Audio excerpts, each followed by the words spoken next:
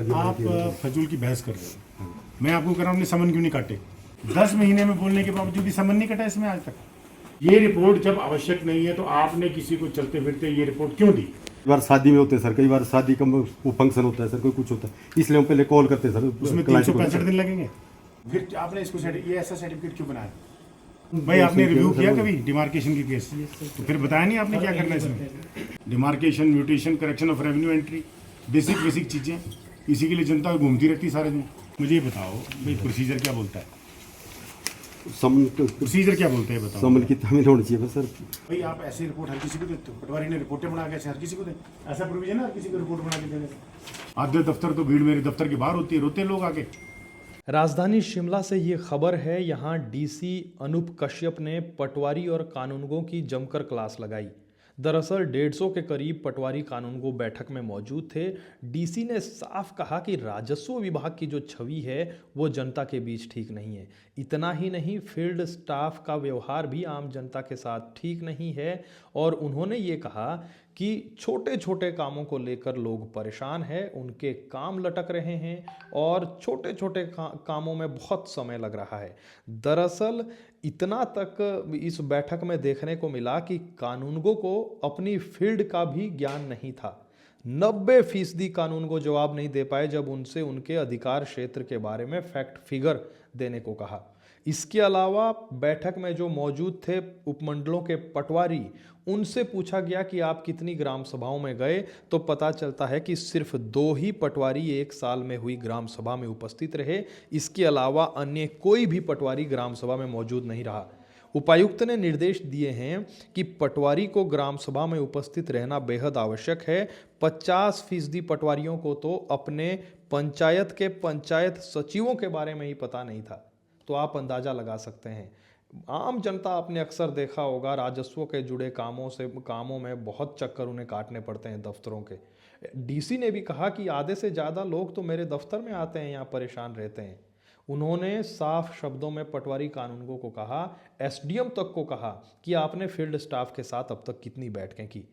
तो एसडीएम ने कहा कि 2 बैठकें या 4 बैठकें। तो उन्होंने कहा कि उपायुक्त कार्यालय में फिर रिपोर्ट क्यों नहीं दी? किसी को भी नहीं छोड़ा। डीसी ने कहा कि लेट लतीफ़ी अगर हुई तो दिक्कतें पेश आएगी आप लोगों को। आप इस बैठक के कुछ अंश देखिए, क्या हुआ बैठक में वो आप आगे रिपोर्ट में सुनिए। बैठक में बताया गया कि धारा 118 के तहत मिली अनुमति के बाद अगर किसी भी प्रकार की अवहेलना पाई जाती है या फिर कोई जानकारी विभाग से मांगी जाती है तो 7 दिनों के अंदर रिपोर्ट भेजना अनिवार्य है। बैठक में उपायुक्त ने शिमला शहरी और ग्रामीण दोनों एसडीएमओ से पूछा कि अपने अपने अधिकार क्षेत्र में आने वाले चिल्ड्रन ऑफ द स्टेट के बच्चों से कभी मिले हैं, तो दोनों अधिकारियों ने साफ इनकार कर दिया। वहीं अन्य फील्ड स्टाफ भी इन बच्चों से मिला नहीं। उपायुक्त ने कहा कि प्रदेश के मुख्यमंत्री चिल्ड्रन ऑफ द स्टेट के माध्यम से सरकार को निराश्रित बच्चों के माता पिता की भूमिका दी जाती है। ऐसे में प्रशासन के अधिकारियों और फील्ड स्टाफ की ड्यूटी बनती है कि इन बच्चों से मिले। 1 महीने के भीतर सभी बच्चों से अधिकारी और फील्ड स्टाफ मिलेगा और उन बच्चों को मिल रही सुविधाओं के बारे में यथास्थिति पता करेगा। उधर उपायुक्त ने फील्ड कानूनगो से निशानदेही के लंबित केस में जनवरी 2025 के बाद कोई भी समन जारी न करने के बारे में कारण पूछा तो संतोषजनक जवाब नहीं मिला।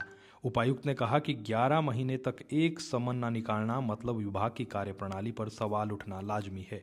उन्होंने नायब तहसीलदार को सख्ती से पूछा कि इस देरी के लिए इतने महीनों में कोई लिखित कार्रवाई क्यों नहीं की गई। उपायुक्त अनूप कश्यप ने कहा कि निशानदेही राजस्व से जुड़े कार्य को लेकर अगर कोई व्यक्ति परेशान होकर उपायुक्त कार्यालय पहुंचता है और यहां कहता है कि फील्ड स्टाफ काम नहीं कर रहा, तो फील्ड स्टाफ के खिलाफ उसी समय कार्रवाई अमल में लाई जाएगी।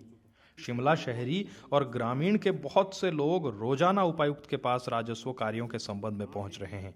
उन्होंने दोनों एसडीएम को निर्देश दिए कि 1 हफ्ते के भीतर सारी लंबित फाइलों को निपटाया जाए।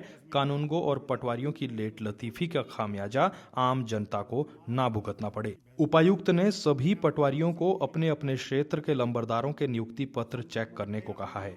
अगर किसी के पास नियुक्ति पत्र नहीं है तो इसकी सूचना उपायुक्त कार्यालय को देनी है। साथ में राजस्व विभाग की ओर से लोगों को मिली वित्तीय सहायता के लिए हर पटवारी को लाभार्थी तक पहुंचना है। इसकी वेरिफिकेशन करना भी जरूरी है। उपायुक्त ने कहा कि हर पटवारी को 1 महीने में अपने अपने लंबरदारों और थाना प्रभारी एसएचओ के साथ नशे के खिलाफ जागरूकता अभियान को लेकर बैठक करना अनिवार्य है। मुझे ये बताइए तो इम्प्रेशन क्यों खराब होता है आपका? ये रिपोर्ट जब आवश्यक नहीं है तो आपने किसी को चलते फिरते ये रिपोर्ट क्यों दी? और ना केवल ये क्या आपको आपके तहसीलदार साहब ने कहा या किसी ने कोई ऐसी कोई घटना घटी हो जिसमें कोई डायरेक्शन की आवश्यकता हो, वो डायरेक्शन की बात की आपने? इससे जो है ना आपका एक क्रेडिबिलिटी खत्म हो जाती है। इससे एक ऐसी इस तरह की बात हो जाती है कि भी पटवारी साहब से कोई जाके कागज लिखाएंगे तब जाके हमारा काम होगा आगे। जिस कागज की जरूरत नहीं है उस कागज को बनाने की आपको जरूरत क्या है? आप देख ही सकते बताओ बताओ। और मैं सर उस टाइम आइडेंटिफाई तो मैंने दिया था। आप मेरी बात समझ गए जो मैंने आपको बताया? किसी भी पटवारी ने कोई ऐसी रिपोर्ट नहीं बनानी है, किसी भी पटवारी ने कोई ऐसी रिपोर्ट नहीं बनानी है जो वाकया हुआ ना हो। चलते फिरते किसी के बयान पर भी कोई आप ऐसी रिपोर्ट नहीं बना सकते, ऐसा कोई प्रावधान नहीं जब तक पटवारी की ड्यूटी है खुद देखें और अपने अपने इलाकों में हल्कों में राखो। मैंने आपको ये फिर आपने इसको ये ऐसा सर्टिफिकेट क्यों बनाया? मैंने तो सर रिपोर्ट ही की थी। किस क्या है रिपोर्ट? किसको कौन सी रिपोर्ट किसको दी है रिपोर्ट? ये सर चंद्रशेखर जी ने। भाई आप ऐसी रिपोर्ट हर किसी को देते हो? पटवारी ने रिपोर्टें बना के ऐसे हर किसी को दे? ऐसा प्रोविजन है हर किसी को रिपोर्ट बना के देने का? किस प्रोविजन में रिपोर्ट बनाई हुई है? बताओ डीआरओ साहब किस प्रोविजन में रिपोर्ट है? उसकी मांगने की रिपोर्ट आपने चंद्रशेखर जी का मौके पे डीआरओ साहब के साइन से जो चिट्ठी आ रही है वो डीसी साहब की चिट्ठी है 24 को भेजी है ना? तो ये ना कभी समझे कि डीसी साहब को लिखी वो इन्फॉर्मेशन तो उन्हीं को चाहिए ना फाइल पे।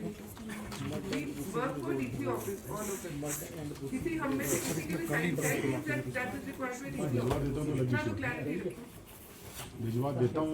अनदर इशू होनी चाहिए 6 से 8 महीने से अगर सरकार ने जो ज़मीन दे रखी है उसकी कहीं वायलेशन हो रही है, उसकी रिपोर्ट अगर हमारी फील्ड एजेंसी कर नहीं रही है तो क्या समझूं मैं इसके बारे में?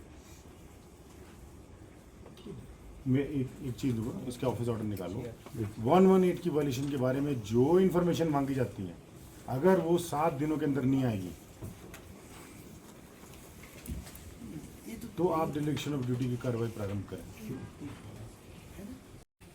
And government is so serious. Demarcation, mutation, correction of revenue entry, basic चीज़ें इसी के लिए जनता घूमती रहती सारे दिन। आधे दफ्तर तो भीड़ मेरे दफ्तर के बाहर होती है, रोते लोग आके। आप लोगों को कितने मैं व्हाट्सएप में बोलता हूँ कि ये लोग मेरे दफ्तर के बाहर बैठे हैं।